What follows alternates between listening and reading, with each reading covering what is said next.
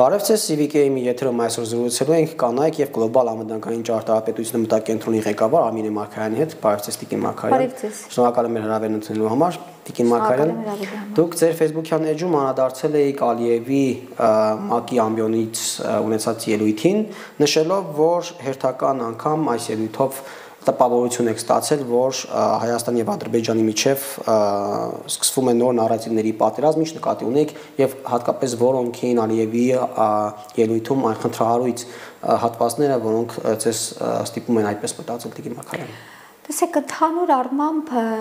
ելույթի ողջ տրամաբանությունը պատտվում էր նրա շուրջ, որ այս խաղաղության գործընթացը ոչ թե երկու ստեկ փոխշահավետ գործընթաց է, ոչ թե երկու ստեկ ցանկալի գործընթաց է եւ մեկնարկած գործընթաց է, այլ այս խաղաղության գործընթացը իրականություն է դարձել, որովհետեւ Հայաստանը, ինչպես իրենք են անվանում, կապիտուլացվել է։ Այսինքն ողջ ելույթի տրամաբանությունը այստեղ էր պատտվում։ Եվ հենց այստեղ է, որ նարատիվների պատերազմը ավելի ուժգին է դառնալու ապագայում, որովհետեւ այդ նարատիվների պատերազմը իր հետևից բերելու է նաեւ եւ բերում է արդեն հիբրիդային սպառնալիքներ Հայաստանի Հանրապետության դեմ եւ Հայաստանի Հանրապետության քաղաքացու դեմ։ Ինչպես է այդ սպառնալիքները դրսևորվում, Տիկին Մարգարյան։ Ինքը ասում է, որ մենք օչնեմ կապիտուլացվել ենք կամ 30 տարի օկուպացված ենք պահել ադրբեջանական տարածքները, ինչպես է դա ազդելու Հայաստանի դեմ։ Տեսեք, իրականում հիբրիդի ողջ փիլիսոփայությունը հենց այն է, որ մենք երբ ենթարկվում ենք այդ հիբրիդին, սպառնալիքին, մենք չենք զգում այդ պահը։ Մենք պարզապես զգում ենք, որ ինչ որ բան ազդում է մեր գիտակցության վրա։ Իրականությունը տեսնում ենք այլ կերպ, ոչ այն կերպ, օրինակ, որ կարող ենք տեսնել 3, հա, բայց իրականությունը չի փոխվել, բայց մեր ընկալում իրականության նկատմամբ փոխվել է։ Նկատում եք ավելի հոգեբանական։ Այո, իհարկե, հոգեբանական։ Հիմա ինչով է սա հիբրիդի տեսքով արտահայտվում։ Մենք բոլորս էլ գիտենք, որ հակամարտությունը շատ խորը հիմքեր ունի եւ վերքը ամենևին չի լավացել ոչ Հայաստանի Հանրապետության քաղաքացու մոտ հայկական Հայաստանի հանրության համար եւ ոչ էլ ադրբեջանական հանրության համար, հա։ Եվ այս պարագայում, երբ օգտագործում են այնպիսի բառեր, արտահայտություններ, որոնք իրենց հետևից ունեն նաեւ հստակ ռազմավարություն, եւ մենք գիտենք, որ այդտեղ ռազմավարական մոտեցում կա Ադրբեջանի մոտ, դա այսպես կարմիր թաշկինակի էֆեկտ է ունենում եւ նույն Հայաստանի Հանրապետության քաղաքացին սկսում է այդ բանը կասկածել, մտածել, ինչ խաղաղության մասին ենք մենք խոսում, եթե Ալիևը խոսում է կապիտուլյացիայից կամ օկուպացիայից, այսպես կոչված անգիժերան միջազգից, էթնիկ զտումից, հա։ Սա շատ նուրբ է այստեղ, դու չես կարող մեղադրել սորական քաղաքացուն, ով դրանից նեղվում է, իհարկե պետք է նեղվես, բայց մյուս կողմից ես կարծում եմ, որ այստեղ մենք շատ անելիք ունենք հрамցնելու համար նույն Հայաստանի Հանրապետության քաղաքացուն, որ այո, դուք ենթարկում եք հիբրիդային սպառնալիքների եւ դրան պետք է դիմակայել առաջին հերթին կենտրոնանալով մեր օրակարգերի վրա։ Իսկ ինչպես կենտրոնանալ մեր։ Այդտեղ մինչև դրան կա, Տիկին Մարգարյան, արդյոք երբ մենք մտնում ենք այդ պատերազմի մեջ, երբ նարատիվների պատերազմ ենք վարում, ավելի հոգեբանորեն մեզ չենք վատ վիճակում դնում, որովհետեւ ինչպես դուք նշեցիք, մեր օրակարգի առաջ մղելու փոխարեն մենք ընկնում ենք ադրբեջանական օրակարգի մեջ, ասում ենք, չէ, Զանգեզուրի միջանցք չի, չէ, օկուպացիա չէ, ու բերում ենք մեր դաշտ։ Ավելի ճիշտ չի չարձագանքել եւ հաջորդը ռազմավարական ինչ է տրված այդ խոսույթի տակ, եթե չարձագանքենք ինչ վնասներ կարող ենք ունենալ։ Տեսեք, այստեղ էլ է սահմանը շատ նուրբ, իրականում շատ նուրբ է։ Չես կարող չարձագանքել, բայց արձագանքման տարբեր մակարդակներ կան։ Ամենաթերևս քայքայիչն այն է, երբ այդ խոսույթը բերվում է ներհայաստանյան քաղաքական դաշտ։ Չի կարող չբերվել, եթե մենք արձագանքում ենք։ Տեսեք,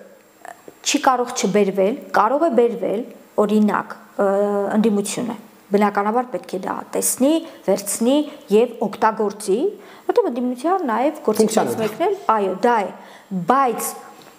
դա չի կարելի լեգիտիմացնել, որովհետեւ այդ բերելը դաշտ տարբեր միջոցներով կարող է արտահայտվել, հասկանում եք, երբ դա բերում ենք մեր հանրության շրջանում վախի մթնոլորտ, իր ուժերի վրա չվստահել, հա, ապագայի նկատմամբ թերահավատորեն վերաբերվել, որ լավը չնկատել, ամեն ինչ շատ վատ է, այ խոսում են խաղաղության մասին, որ խաղաղություն չի լինելու, այ այստեղ է խնդիրը, երբ ես ասում եմ չի կարելի մենք պետք է չի կարելի բերել դուք ինքներդ էլ ես սա նկատի ունեմ բայց արձագանքել մենք պարտավոր ենք տարբեր մակարդակներում բարձրապես դա պետք է լինի խելամիտ օրինակ այդ արձագանքներից մեկը այսօր հանրապետության վարչապետի պատասխաններ ԵԽԽՎ-ում պատգամավորներից մեկի հարցին որը խոսում էր դրա մասին թե ի վերջո այդ այսպես կոչված Զանգեզուրյան միջանցքից ինչ է ստանում Հայաստանը եւ ինչ է ստանում Ադրբեջանը այդ արձագանքը որը այսօր տեղի ունեցավ թերևս դրանից լավ ուրեմն պատասխան իլուր աշխարհի որ գոյություն ունի այդ նարատիվը որ այդ նարատիվը ոնց է հարաբերս քայքայում գործընթացը դժվար է պատկերացնել եւ սա արդեն համապատասխան արձագանք էր այդ հիբրիդին որովհետեւ պատական չէ որ վարչապետն ասում էր որտեղ է կարդացել որտեղից ձեզ այդ արտահայտությունը բարձր չէ որ ադրբեջանցի падգամավորները գրել են տվել են իրեն որ ինքը բարձրանա այդպես է եղել ինքը բարձրանա այդ հարցը տա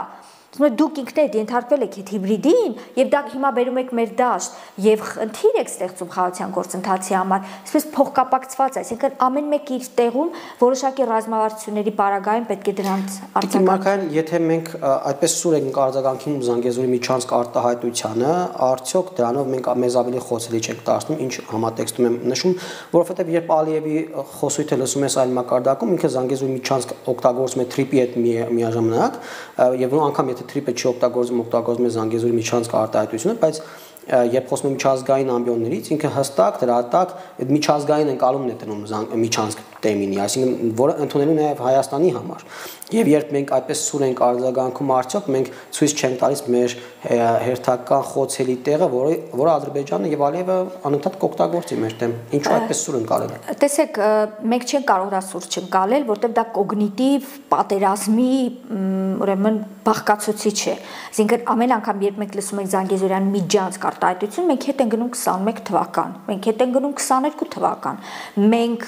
սկսում ենք վերհիշել, որ այդ Զանգեզուրյան միջանցքի, այսպես կոչված Զանգեզուրյան միջանցքի արանքներում մեր սուվերենության խնդիրներ, մեր զանից արտատարածքային միջանցք ուզելու խնդիրներ, դա միտումնավոր է արվում։ Մենք չենք կարող դրան չարձագանքել, որովհետև դա այնպես չի, որ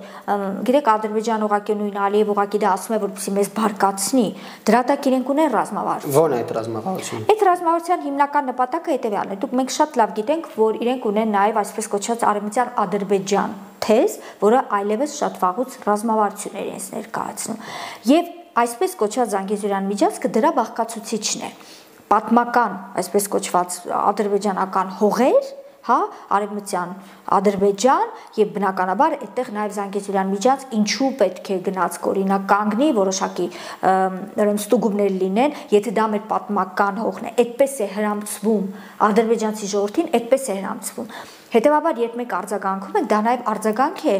ուղղված ադրբեջանցի ժողովրդին, որտեղ այնպես չի, որ այնտեղ մտածող մարդիկ չկան, այլ բան է, որ ազատությունները սահմանափակված են եւ չեն կարող արտահայտել, բայց իրենք էլ են լսում այդ ամեն ինչը, իրենք էլ են հասկանում, որ հայերը հաշ չեն դրա հետ։ Այստեղ գիտեք նաև կուզենայի ասել մի բան, որ շատ կարևոր է, որպեսզի մենք միշտ հիշենք, որ մեր համար ու Ադրբեջանի համար այդ խաղաղությունը ինքը տարբեր բան է նշանակում, տարբեր տեսք ունի, տարբեր միսուարյուն ունի, տարբեր գույներ ունի։ Եվ սա օբյեկտիվ իրողություն է։ Երբ լսում ես իրենց, գրագետ, զարգացած, նորմալ մարդիկ են, հա, մեր պատկերացած աբորիգենը չեն։ Առաջադեմ։ Դու լսում ես իրենց եւ հասկանում ես, որ իրենց պատկերացած Հայաստանը եւ հայը դա բացարձակ կապ չունի այն Հայաստանի հետ, որ կա եւ այն հայի հետ, որ կա։ Իրենց մոտ այդ վերականգնման հետ պատերազմյան վերականգնումը եւ մեր վերականգնումը ինքը տարբեր ուղղություններով է գնում, որովհետեւ իրենց նարատիվներն այլ են եղել, մերը այլ է եղել։ Մենք իմացել ենք, որ ամենամարտունակ բանակ ունենք, իսկ իրենք ատամները կրճտացնելով այդ բանակը կառուցել են, որպեսզի գան եւ մեզ ջախջախեն։ Հա, իրենց սնել են, որ մենք 20% օկուպացրել ենք, իսկ մենք վստահ ենք եղել, որ մենք 20% չենք օկուպացրել, այլ մենք ազատագրել ենք այդ տարածքները, ազատագրել ենք, բայց որևէ բան չենք արել, որպեսզի այդ տարածքները կարողանանք շենացնել եւ պահել։ Նկատի ունեմ շատ տարբեր են այս տասնամյակներով եկած այդ նարատիվները, որոնք սնել են մարդկային միտքը։ Եվ ի վերջո երկու կողմերը գիտի որ տասնամյակներ ավելի ճիշտ 100-ամյակներ առաջ մյուս պետությունը չի եղել այստեղ։ Եվ իր պատմական հողերի վրա է կառուցվել։ Մենք գիտենք, որ Ադրբեջանը չկար, երբ մենք կայինք, եւ իրենք էլ հակառակն են, ասում են հայերը մեր տարածքների վրա են պետություն սիրում։ Սա գիտեք լուրջ խնդիր է, բայց ես միշտ այս պարագայում բերում եմ Հայաստան եւ Վրաստան օրինակը։ Խոսակցական ընկերական մակարդակում ինչքան են այդ խոսակցությունները, ով է ավելի հին, հայերը թե վրացիները, իրենք համոզված են, որ իրենք են ավելի հին, իրենք չէ, բայց մենք իրար չենք սպանում, մենք իրար չենք հակամարտում, որովհետեւ Սկանդինավյան երկրներն էլ են այդպիսի ճանապարհ անցել, այսինքն հարևանները միշտ ունենում են իրար այդ բախումները, մրցակցությունը, հա, դա միշտ եղել է, բայց գալ հասնել մի կետի այ խաղաղությունը Հայաստանի եւ Ադրբեջանի պարագայում դա է այսօր, գալ հասնել մի կետի, երբ յուրաքանչյուրը կմնա իր պատմության կերտած, ստեղծած, թե կեղծ գրիչով գրած պատմության վրա կանգնած, բայց միևնույն ժամանակ կընդունի դիմացինին է եւ չի ուզենա դիմացինի հետ հակամարտել, այստեղ պետք է լինենք։ Դա համար մենք պետք է շատ նորմալ վերաբերենք նրան, որ իրենք չեն հրաժարվելու իրենց այդ նարատիվներից, իրենք չեն հրաժարվելու, դրա վրա է հենված ամբողջ ադրբեջանական պետությունը։ Իրենք օնտոլոգիական անվտանգության խնդիր ունեն։ Իրենք շատ լավ հասկանում են, թե թշնամու կերպարը կորավ, որում գիտեք շատերը ասում են, բա մենք ինչու չունենք թուրքերի նկատմամբ օնտոլոգիական անվտանգության խնդիր։ Այստեղ պետք է միշտ ընդգծել, որ օնտոլոգիական անվտանգությունը լինում է, երբ հարևանը ավելի ուժեղ հարևանը ունենում է ավելի թույլ, փոքր հարևանի նկատմամբ։ Իրենք այդ խնդիրը ունեն, որտեղ իրենք եթե մեզ որպես թշնամի կերպար չեզոքացնեն, իրենք խնդիր են ունենալու իրենց հիմքերի հետ։ Այո, խնդիր են ունենալու հիմքերի հետ, բայց դա չի նշանակում, որ մենք սրա վրա պետք է հենվենք եւ ասենք, այ մեր մեջ չի կարող որևէ բան լինել, ոչ, մենք սա պարզապես պետք է ընդունենք։ Բայց միաժամանակ Տիկին Մարգարյան Ալիևը ամբիոնից հայտարարում էր, որ միջազգային 5 սկզբունքների իման վրա իրենք նախաձեռնեցին խաղաղության պայմանագրի բանակցությունները, որոնք երկկողմանիորեն ի վերջո արդյունք բերեցին եւ երկկողմանիորեն հենց ֆորմատը հատուկ շեշտվում է ու Ալիևը ասում է, որ նախաստորագրվեց եւ դե ֆակտո կա խաղաղություն, ինքը եւս պարբերաբար խոսում է դե ֆակտո եղած խաղաղության մասին եւ նշում, որ տարածաշրջանում բոլոր պայմանները ստեղծված են վերջնական կայուն խաղաղության համար։ Այ դրա համար եմ ասում, որ այստեղ մենք հիբրիդի հետ գործ ունենք եւ ձեզ հավատացնում եմ, կոգնիտիվ մարտադաշտը ֆիզիկական մարտադաշտից պակաս զորեղ չէ, եթե ոչ ավելի զորեղ է, որտեղ այդտեղ գործողությունները մարդու մտքում ուղեղում են տեղի ունենում, գիտակցության մեջ է տեղի ունենում։ Այսինքն ինքը մի կողմից ընդունում է, որ գործընթացը դրական եկել է հասել է ինքը նախաձեռնել է ամեն ինչ լավ է, եկել է հասել է ինչ-որ կետի, բայց շարունակում է օգտագործել այն բառամթերքը, որը շատ ներողություն հենց այդ հակամարտային մեթոդ տրամաբանության հիմքում է կանգնած։ Դրա համար եմ ասում, որ մենք պետք է մի կողմից ունենանք համապատասխան հականարատիվներ եւ դրանք ակտիվ շրջանառենք, դրանք պետք է իհարկե դիվանագիտական խողովակներով, խորհրդանական դիվանագիտության միջոցով, քաղաքասարակության միջոցով այս գործընթացը պետք է տարվի, բայց մյուս կողմից շատ կարեւոր է, որպեսզի մենք Հայաստանի Հանրապետության քաղաքացուն մշտապես հիշեցնենք, որ իրապես դա երեխա է, այդ խաղաղությունը երեխա է, այսինքն նորածին երեխա է եւ քայլ առ քայլ մենք պետք է առաջ գնանք։ Եվ վերջո որևէ իշխանություն հավերժ չէ, Ալիևի իշխանությունն էլ հավերժ չէ, այ հավերժ են լինելու կողքի ապրող հայ եւ ադրբեջանցի ժողովուրդները։ Դուք եւս մի կարևոր բան եք ֆիքսել Տիկին Մարգարյան Փաշինյանի եւ Ալիևի ՄԱԿ-ի ամբիոնից հնչած ելույթների միջև տարբերությունը նշելով, որ մեկը մեր ավելի ճիշտ միտված էր ապագային արձանագրելով առկա ձեռքբերումները, իսկ իրենցը Ալիևինը ֆիքսված էր անցյալի վրա խեղաթյուրելով փաստերը։ Տիկին Մարգարյան անցյալի վրա հիմնված այդ նարատիվները արդյոք կաշխատեն ապագայի համար, օրինակ, երբ Ալիևը խոսում է 30 տարվա օկուպացիայից, երբ խոսում է, որ Հայաստանը ավիրել է իրենց բնակավայրերը եւ 30 տարի Հայաստանում իշխել են ըստ էության պատերազմական հանցագործներ, խոսում է տեղադրված միների մասին, ռումբերի մասին, 100 քաղաքացիական անձ է սպանվել իբր երկրորդ պատերազմի ընթացքում, եւ հաշվի առնելով, որ խաղաղության համաձայնագրում կետ կա, որ իրար դեմ հատատական հայցեր այլևս չեն կարող ներկայացնել, այս համատեքստում այս նարատիվները աշխատում են հատկապես ոչ թե հոգեբանական նկատի ունեմ, այլ ռազմավարական, նյութական, երկարաժամկետ աշխատում։ Տեսեք, այստեղ շատ հետաքրքիր իրավիճակ է ստեղծվում, որտեղ եթե մենք համեմատենք հիմա օրինակ, ես գիտեմ, որ հիմա սրա համար ինչ շատ են քննադատել, պետք է համեմատենք Հայաստանի զարգացումը, այս դինամիկ զարգացումը հիմա ու Ադրբեջանի, մենք ես կարող եմ ասել, որ ավելի շահեկան իրավիճակում ենք, ինչու՞։ Որտեղ մեր մոտ տեղի ունեցել ժողովրդավարացման գործընթաց մեկ։ Մենք հիմա ենթարկում ենք հիբրիդային սպառնալիքների եւ բնականոն ձևով նույնիսկ դիմակայունություն ենք սկսում ձևավորել, որտեղ մենք գնում ենք, նայում ենք մեր ներսը, մեր խնդիրները հանում ենք եւ փորձում ենք դրանց հետ տարերեսվել։ Սրանք գործընթացները, որ Ադրբեջանում դրա հոտն անգամ չի գալիս։ Իրենց դեռ ապագայում սպասվում է դա եւ ըստիս իրենք բավական լուրջ ռազմավարական սխալ են թույլ տալիս։ Թույնը, որը ներարկվել է ադրբեջանական հասարակության մեջ, իրենք շարունակում են այդ թույնը ներարկել։ Մի պարագայում, որ այդ թույնը հանելու գործիքները այլևս այն չեն, ինչ որ եղել է նախկինում։ Իսկ այդ թույնը մնալու է հանել, քան ներարկել։ Միանշանակ, եւ այդ թույնը մնալու է ներսում։ Այդ թույնը մնալու է ներսում։ Իսկ զուգահեռաբար մենք անցնում ենք,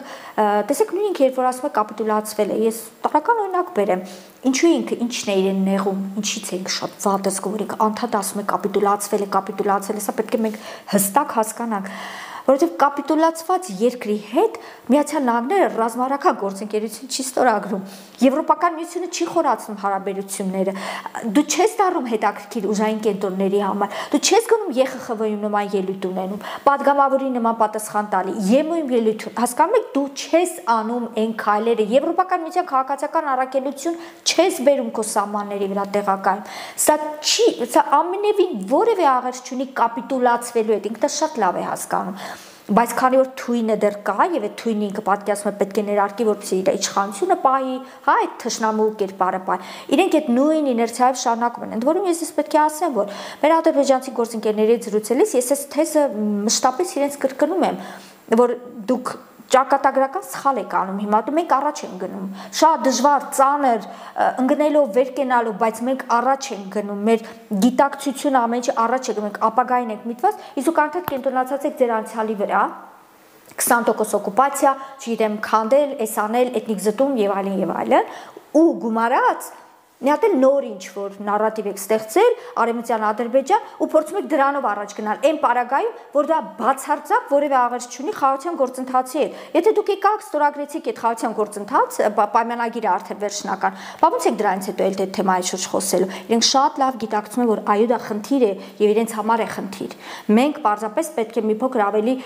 սառնայենք այս ամեն ինչին, պատասխանը պիտի լինի սառը, հաշվարկված, մտածված, ցայտնոտի մեջ չընկնենք եւ միշտ ստա լինենք, որ այն ճանապարհով, որ մենք գնում ենք, դա ճիշտ ճանապարհն է, մեր ճանապարհն է։ Այդտեղ կարող ենք սխալներ անել, շատ սխալներ կարող ենք անել, բայց դա մեր ընտրած ճանապարհն է։ Տիկին Մարգարյան, Ադրբեջանը սխալվում է, այսինքն մնացել է անցյալում, թե Ալիևը փորձում է տարբեր սցենարների պատրաստ լինել, թե խաղաղությանը, երբ ինքը խոսում է, որ տարածաշրջանային կոմունիկացիաներ հանդիսանում են կայուն խաղաղության երաշխիք, խոսելով Թրամփի ուղու, Միացյալ Նահանգների հետ, չգիտեմ, ռազմավարական խարտիայի նախապատրաստական աշխատանքների մասին, միաժամանակ, ինչպես նշեցիք, խոսում է անցյալի օկուպացիայի կամ թշնամանքի մասին, գուցե նա այդպիսով պատրաստվում է թե խաղաղության տարբերակին, թե հնարավոր ոչ խաղաղության տարբերակին կամ պատերազմի տարբերակին, այս բոլոր թրեքները նա պատրաստ է պահում, ինչը մենք չենք անում եւ մենք գնում ենք միայն խաղաղության ճանապարհով, չպատրաստվելով օրինակ հակառակ սցենարի։ Ես համաձայն չեմ ձեզ հետ, որովհետեւ մենք էլ ենք նույն ճանապարհով գնում։ Յուրաքանչյուր միջազգային իրավունքի սուբյեկտ այն էլ է անորոշ ժամանակահատվածում պատրաստվում է եւ խաղաղության եւ պատերազմի։ Պարզապես մեր մեթոդաբանությունն է այլ, հա, մենք երբ որ պատրաստվում ենք խաղաղության, մենք պատրաստվում ենք ուրեմն խաղաղության, բայց ոչ ուրեմն հարևանի հողերի հաշվին, հա, ոչ ուժի սպառնալիքի գործադրում կամ ուժի գործադրում, մենք էլ ենք հզորանում։ Բայց այդ անվտանգային կոմպոնենտները, որ այստեղ մենք ստեղծում ենք, բա ինչի համար ենք ստեղծում, պատրաստում ենք պատերազմի։ Այդ պատերազմը ինչի որ մենք ենք գնում հարձակվում իրենց վրա, որ մենք ենք չէ դիմակայելու, դիմադրելու։ Ընդ որում ես ձեզ ասեմ, այս պահն էլ պետք է խաղաղության համատեքստում շատ լավ հասկանանք, հա, Հայաստան ու Ադրբեջան, որ համեմատում ես եւ տարածքի մեծությունը եւ մարդկային ռեսուրսները, անհամեմատելի է, չէ՞։ Ոնց կարող է մեր զինված ուժերը օրինակ այնքան դառնա մարտունակ, որ մեր պատկերացած հաղթանակը տեղի ունենա։ Չի կարող լինել։ Հետևաբար եկեք հասկանանք իսկական հաղթանակը մեր պարագայում որը կարա լինի։ Դա կարա լինի այն պարագայում, երբ քո անվտանգային կոմպոնենտները այնքան լավ են աշխատում, որ զինված ուժերին ամենավերջում է հերթահասնում։ Այս սրա վրա մենք պետք է կենտրոնանանք։ Դրա համար ասել, որ մենք շատերի մոտ տպավորություն, որի մենք ասում ենք խաղության ենք պատրաստ, մենք նշանակում է բոլոր այսպես զենքերը գցել ենք մի կողմ, սպիտակ խալաթ հագել ենք եւ այսպես լուսավոր ապագա են գնում։ Ոչ, մեկ այդ ընթացքում մեր վրա ներդրում ենք անում, որպեսզի զսպենք հնարավոր տարատեսակ ագրեսիաները Ադրբեջանի կողմից։ Վարչապետը ԵԽԽՎ-ում արդեն երբ ելույթից հետո հարցը պատասխաներ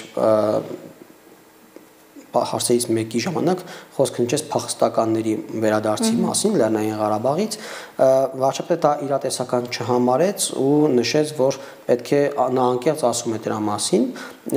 նշելով, որ ավելին բոլոր փախստականների վերադարձի թեման համարեց վտանգավոր խաղաղության գործընթացի համար։ Առաջիկա տասնամյակներում վարչապետը նշեց, որ Հայաստանն ու Ադրբեջանը պետք է իրար հանգիստ թողնեն։ Սա վարչապետի տեսլականներ Տիկին Մարգարյան իմ պատկերացմամբ ոչ միայն Լեռնային Ղարաբաղից բռնազավթած մեր քույրերի եւ եղբայրների մասին, այլ ընդհանրապես եւ նաեւ 300,000 ադրբեջանցիների վերադարձի այդ խոսույթը փակելու մասին, երբ խոսում էր բոլոր փախստականների մասին, արդյոք դուք այդպես տպավորություն ստացաք ու արդյոք ինչ է նշանակում իրար հանգիստ թողնել, Ադրբեջանը պատրաստ է մեզ այդ իմաստով հանգիստ թողնել այդ թեման փակել, որպեսզի չվտանգի այդ խոսակցությունները, այդ գործընթացները խաղաղության գործընթացին։ Իհարկե պատրաստ չէ, իրենք մեզ հանգիստ չեն թողնելու, ըստ իրենց հաջողել է այդ հայլային զուգահեռ ստեղծել, իրենց դա հաջողել է։ Հիմա մենք այդ դաշտում ենք գործում, որտեղ մենք հասկանում ենք, որ եթե մենք այդ հարցը բարձրացնենք, իրենք այն հարցն են բարձրացնելու, ինչքան էլ դրանք իդենտիկ չեն։ Եվ մենք կարող ենք Բաքու վերադարձի հարցը բարձրացնել, բայց ինչ դրանից։ Այդտեղ է խնդիրը։ Մենք էլի կարող ենք բարձրացնել այդ հարցը, հիմա էլ կարող ենք բարձրացնել, բայց պետք է հասկանալ այդ հարցը բարձրացնելով ուր ենք գնալու։ Եթե սա տանելու է մի կետի, որտեղ մենք գալու ենք համաձայնության, ապա եկեք բարձրացնենք։ Եկեք մի հատ գնահատենք, հա, ռիսկերը, հնարավորությունները։ Եթե կան այդ հնարավորությունները, եկեք բարձրացնենք, բայց մի այլ բան դիտարկենք։ Եթե մենք այս հարցը չենք բարձրացնում, այդ ընթացքում, երբ վարչապետը ասաց Հայաստան-Ադրբեջան առաջիկա տարիներին պետք է իրար հանգիստ թողնել, դա գիտեք, ես այսպես եմ պատկերացնում, որ փորձեն ինչ-որ գետնի վրա հարաբերություններ կառուցել։ Այո, թեկուզ հենց այդ նույն առևտուրը, որովհետև շատ խորքային են այս հակամարտության հիմքերը։ Այդ վերքերը շատ խորն են։ Դու այսօր չես կարող այդ հարցը լուծել։ Կամ եթե մենք պատկերացնում ենք, որ վաղը մեր արցախցիները, քույրեր, եղբայրներ պետք է գնան Արցախ, դա իրատեսական չի։ Այդ գիտեք ինչի նման է, որ շատերը ասում են, ինչի օրինակ 2018 թվականին, երբ իշխանությունը եկավ, հեղափոխական, չասեց, որ Ղարաբաղի հարցը լուծում չունի, հողերը պետք է տալ։ Այս սրա նման է։ Ես միշտ ասում եմ մի հատ մեզ եկեք հիշենք 18 թվականին։ Հիմա ասում եմ հնարավոր չի քննադատում են թե ինչու է ասում հնարավոր չի։ Գնա հարցը բարձրացրու։ Այո, մենք հիշենք մեզ 18 թվականին ու պատկերացնենք մի բա, որ ինչ որ մեկը վեր էր կենում նման բաներ ասում։ Որևէ մեկը դա չէր հասկանա։ Հիմա նույնն էլ է իրավիճակն։ Եկեք մի բա պատկերացրենք։ Վեր կացան գնացին Արցախ, ոնց է դա տեղի ունենալ։ Կամ նույն արցախցին պատրաստ է գնա ադրբեջանական օրենքներով, անձնագրով եւ կամ նույն այնտեղ ապրող ադրբեջանցի պատրաստ է այդ կողքը տեսնել։ Չէ, բայց հիմա խոսում ենք կոլեկտիվ վերադարձին, որում միջազգային երաշխիքներով վերադարձի մասին։ Դե գիտեք, այս իրավիճակում խոսել միջազգային երաշխիքների մասին, երբ առասարակ երաշխիք տերմինը միջազգային հարաբերություններում այլևս գոյություն չունի։ Այսօր երաշխիք հասկացություն գոյություն չունի։ Նույնիսկ ՆԱՏՕ-ի անդամ պետությունները խնդիր ունեն իրենց անդամ պետություններից մեկի հետ, օրինակ, հա, եւ դրա շրջանակներում շատ երաշխիքներ իրենց համար դարձել է այսպես ոչ շոշափելի։ Ես կարծում եմ ունենալով ապագայում այդ նկրտումը, որ այո, պետք է արցախցիները կարողանան ապրել Արցախում, այո, նրանք ովքեր Բաքվից են փախել, պետք է կարողանան գնալ Բաքու։ Եթե մենք ունենանք այնպիսի հարաբերություններ, կգան կասենք այն կետին, որ դա իրական կդառնա, ինչու ոչ։ Իսկ եթե մենք չենք հասել այն կետին, որ դա իրական է դառնալու, ուրեմն այդ հարցը բարձրացնելը միայն ավելի հեռացնելու է մեզ այն կետից, որը կարող էր դարձնել այս հարցի լուծումը իրական։ Տիկին Մարգարյան, բայց նաև այստեղ ելույթների ժամանակ շատ է քննադատվում, որ չի խոսվում գերիների վերադարձի մասին, որ եթե չկա գերիների վերադարձ, ապա ինչ խաղաղության մասին խոսք կարող է գնալ։ Այս հարցերը արդյոք կվտանգեն խաղաղության գործընթացին, եթե բարձրաձայնվեն, իսկ եթե ոչ, ապա ինչպես պետք է դրանք արվեն։ Բայց ես որքանով որ ինքս եմ լսում, այդ մասին մենք խոսում ենք եւ նախ դա բանակցային գործընթացի ցանկացած միջազգային գործընկերների հետ հանդիպումների առանցքային թեմաներից մեկն է եւ բոլոր ելույթներում այս մասին խոսվում է, ԵԽԽՎ-ում նույնպես խոսվեց եւ դրանից առաջ նույնպես խոսվեց, այսինքն միշտ խոսվում է, որ այո, անհայտ կորած անձինք եւ գերիները։ Այո, խոսվում է, բայց չի դարձվում բանակցությունների հիմք։ Կամ բանակցություններին չի տևում պայմանագրում, չի ներառվում Ալիևը որպես բարի կամքի դրսևորում դա չի անում, որևէ կերպ այդ գործը առաջ չի գնում։ Գիտեք, մենք բոլորս էլ կուզենանք, որ դա դառնար բանակցային գործընթացի մաս եւ ընդհանրապես չհասներ էլ բանակցային գործընթացին, հա, այսինքն շատ ավելի շուտ այդ հարցը լուծվում, դա իրականություն չի եղել, դա հնարավոր չի եղել դրան գալ։ Հիմա այս պարագայում ավելի լավ չէ շարունակել այդ ուղղությամբ աշխատել եւ ես վստահ եմ, որ այդ աշխատանքը ամենօրյա ռեժիմով արվում է եւ ինչ որ պահի գալ հասնել նրան, որ դա իրականություն կդառնա։ Վերջում Տիկին Մարգարյան նույն ԵԽԽՎ-ում վարչապետը նաև հիբրիդային պատերազմի մասին խոսեց, որի մասին դուք եւս բարձրաձայնեցիք, վարչապետը անդրադարձավ մի այդ վճռին, որ մարտի 1-ի գործով վճիռ կայացվեց, սա շեշտելով նշեց, որ նախկին իշխանությունները, որոնք տիրապետում են լրատվական ողջ ռեսուրսին, շարունակում են այդ փողերը օգտագործել լրատվական դաշտում, հիբրիդային պատերազմի գործիք են որպես ծառայացնում, նշեց, որ հաճախ դա նաև դրսից է ազդեցություն ունենում, դրսից հիբրիդային պատերազմի վարվում Հայաստանի դեմ։ Միաժամանակ խոսեց ընտրություններում ընտրակաշառքի մասին, նշեց, որ դեմոկրատական մեթոդներ են կիրառվում դեմոկրատիայի դեմ հստեյության գործելու համար եւ ասեց, որ վճռական քայլեր պետք է գործարկել, արդյոք 2026 թվականի ընտրություններից առաջ իշխանությունները վճռական կլինեն այդ հիբրիդային պատերազմի դեմն առնելու գործում, չգիտեմ, լրատվական դաշտը համակարգելու, գուցե ինչ-որ մեխանիզմներ ստեղծելու ընտրակաշառքի դեմ, թե սրանք ուղղակի բարձրաձայնումներ էին, որոնց վրա պետք է երկար աշխատել, հնարավոր չի կարճ ժամանակում ինչ-որ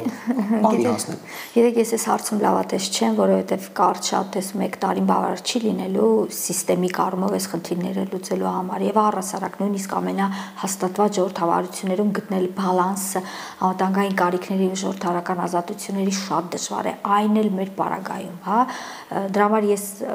միայն կարծում եմ, որ իրապես պետք է օր ու գիշեր աշխատել այդ ռազմավարական հաղորդակցության վրա,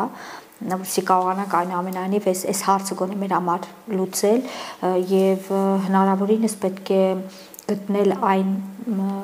ռեսուրսները, այն միջոցները, ուղիները, ճանապարհները, որոնք ֆինանսավորում են նույն լրատվական դաշտին, հա, նույն այն շրջանակներին, որոնք կարծիք ձևավորող են, որոնք կարողանում են այդ կարծիքը ներկայացնել, հա, որոնք հրամցնում են հանրությանը որոշակի կարծիք։ Սա պետք է ռեսուրսը հասկանալ, որտեղից է այդ գումարը գալիս, որտեղ արտաքին տեղեկատվական մանիպուլյացիա եւ միջամտությունը այսօր ամենօրյա ռեժիմով գտնվում է Հայաստանի Հանրապետության ներսում։ Մեզանից շատ շատերը նույնիսկ չեն գիտակցում, որ օրվա մեջ իրենք լսում են բազմաթիվ նախադասություններ, որոնք ներմուծված են դրսից փաթեթավորված ազգային նարատիվների բառամթերքով։ Եվ եթե այդ փաթեթը բացենք, այդ արտաքին տեղեկատվական մանիպուլյացիայից եկածը դուրս հանենք, կտեսնենք, որ մենք շատ հարցերի վերաբերյալ շատ հաշտ ենք եւ ամեն ինչ այնքան էլ վատ չէ։ Այնպես որ աշխատել է պետք։ Վարչապետը նաև նկատեց այդ պահը, ասեց, որ դա կարող է անցնի, ներգործությունը կարող է ընկալվել որպես ընտրությունները վերահսկելի դարձնելու մեխանիզմ, գործիք։ Ինչպես պետք է ընտրել այդ սահմանը Տիկին Մարգարյան, որ թե երբ մենք գիտենք, որ մեր դեմ հիբրիդային պատերազմ է վարվում, այդ թվում եւ դրսից, եւ այդտեղ որևէ գործ չանելը դա հանցավոր անկործություն է ըստեյության։ Դեպպես պետք է պաշտպանես քո ժողովրդավարությունը։ Այո, եւ մյուս կողմից, որպեսզի դա չընկալվի, ընտրությունները վերահսկելու կամ, չգիտեմ, ազատությունները սահմանափակելու միտված գործողություններ։ Դրա համար գոյություն ունեն հատուկ ուրեմն մարմիններ, որոնք շատ լավ իմանում են, թե ով ինչ է անում, ինչի է անում, ֆինանսավորումը որտեղից որից է գալիս, դրա ոտքերը որտեղ են աճում, պարզապես ժամանակին այդ ամեն ինչը բացահայտել է պետք եւ դրան իրավական գնահատական է պետք տալ եւ գիտեք չի կարելի մենք այնպիսի իրավիճակում ենք գտնվում որ շատ հարցերի մենք պետք է շատ այսպես շատ կտրուկ արձագանքենք որովհետև հենց դա է ժողովրդավարությունը պաշտպանելու ճանապարհը մենք կարող ենք ասել այ մեզ կարող են մեղադրել որ մենք ժողովրդարական առաջընթացից նահանջ եւ այլն բայց շատ ներողություն եթե նույն արտաքին տեղեկատվական մանիպուլյացիայի պատճառով մենք 26 թվականի ընտրություններում ունենանք մի խայտարակ պատկեր կամ մենք ունենանք խայտարակ կեղծված ընտրություններ ընտրակաշարքով այո սպանություններ եւ այլն հա այս ամբողջ քաոս կամ մենք ունենանք խայտարակ պատկերով պարլամենտ դրանից մեր ժողովրդավարությունը չի շահելու ճիշտ հակառակը ես մի քիչ ավելի ուղիղ տամ հարցը Տիկին Մարգարյան Օրինակ Մոլդովայում վերջերս գիտենք ընտրություններ խորհրդանում մայասանդուն կարողացավ հաղթանակ տանել եւ ռուսական ուժերը ըստ էության պարտվեցին բայց մինչև ընտրությունները հսկայածավալ աշխատանքեր տարվել այդ թվում ուժերից մեկին չնայած հիմնական մրցակիցը չէր բայց թույլ չէին տվել ուղղակի գրանցվել ընտրություններին հիմա մենք գիտենք որ Ռուսաստանն էր հա ազդում այդ ընտրությունների վրա դա թակուն չի պահած չի Հիմա մենք ունենք իրավիճակ, երբ Սամվել Կարապետյանը Հայաստան է եկել Ռուսաստանից, գիտենք նրա կապերը Ռուսաստանում, գիտենք նրա ֆինանսները այնտեղից են, գիտենք նրա կապերը Կրեմլի հետ։ Հիմա նա խոսում է ընտրություններից առաջ նոր ուժ ստեղծելու մասին, ընտրությունների մասնակցելու մասին։ Հայաստանը ինչ պետք է անի, չգրանցի Սամվել Կարապետյանի կուսակցությունը վստահաբար դա դիտվելու է որպես իշխանությունների կողմից ընտրությունները վերահսկելու ձև գրանցի վստահաբար դա մյուս կողմից Եվրոպամետ ուժերի կողմից դիտվելու որպես ընտրությունների Ռուսաստանի ազդեցություն հիմա ինչ պետք է անել Դուք հարցերի հարցն եք տալիս, ես այդ հարցի պատասխանը չունեմ, բայց ես կարծում եմ այնուամենայնիվ պետք է ամեն ինչին իրավական գնահատական տալ։ Եթե կա այնպիսի տեղեր, որտեղ այդ իրավական գնահատական, գիտեք, շատ վաղուց էր պետք է ամեն ինչին իրավական գնահատական տալ, ոչ միայն այդ հանձի հետ կապված, որ դուք նշում եք, հա, այստեղ է խնդիրը։ Սովորաբար Հայաստանի Հանրապետության քաղաքացին ամենաշատը ինչից է դժգոհում եւ տեղին է դժգոհում, որ ներքին ռեֆորմները բավարար մակարդակով չեն իրականացում, որ թալանչիները նստած չեն, հա, եւ այլն։ Ու սա օգտագործվելու է ընտրություններում, հենց ժողովրդավարության դեմ է օգտագործվելու։ Հենց այն շրջանակները, որոնք ժամանակին եղել են թալանչի շրջանակները, այս նարատիվը օգտագործելու են ժողովրդավարության դեմ, ասում են, այ հեղափոխությունը արվեց, ասում են սրա համար, բադե թող նստածնեն։ Բայց եթե մենք թալանչենք, թող նստածնեն։ Այո շատ ուշացված քայլեր կան, որոնք պետք է ժամանակին արվեն, 1 տարի բավարար չի լինելու։ Ես միայն ապավինում եմ մեր ժողովրդի գիտակցության բարձր մակարդակին եւ իհարկե կան որոշակի գործիքներ, որոնք պետք է օգտագործի, բայց ամեն ինչ իհարկե իրավունքի շրջանակներում։ Շնորհակալ եմ Տիկին Մարգարյան։ CVK-ի եթերում զրուցեցինք Ամինե Մարգարյանից, տեսություն կհանդիպենք։ Չմոռանաք հավանել տեսանյութը եւ բաժանորդագրվել CVK-ի YouTube-յան էջին։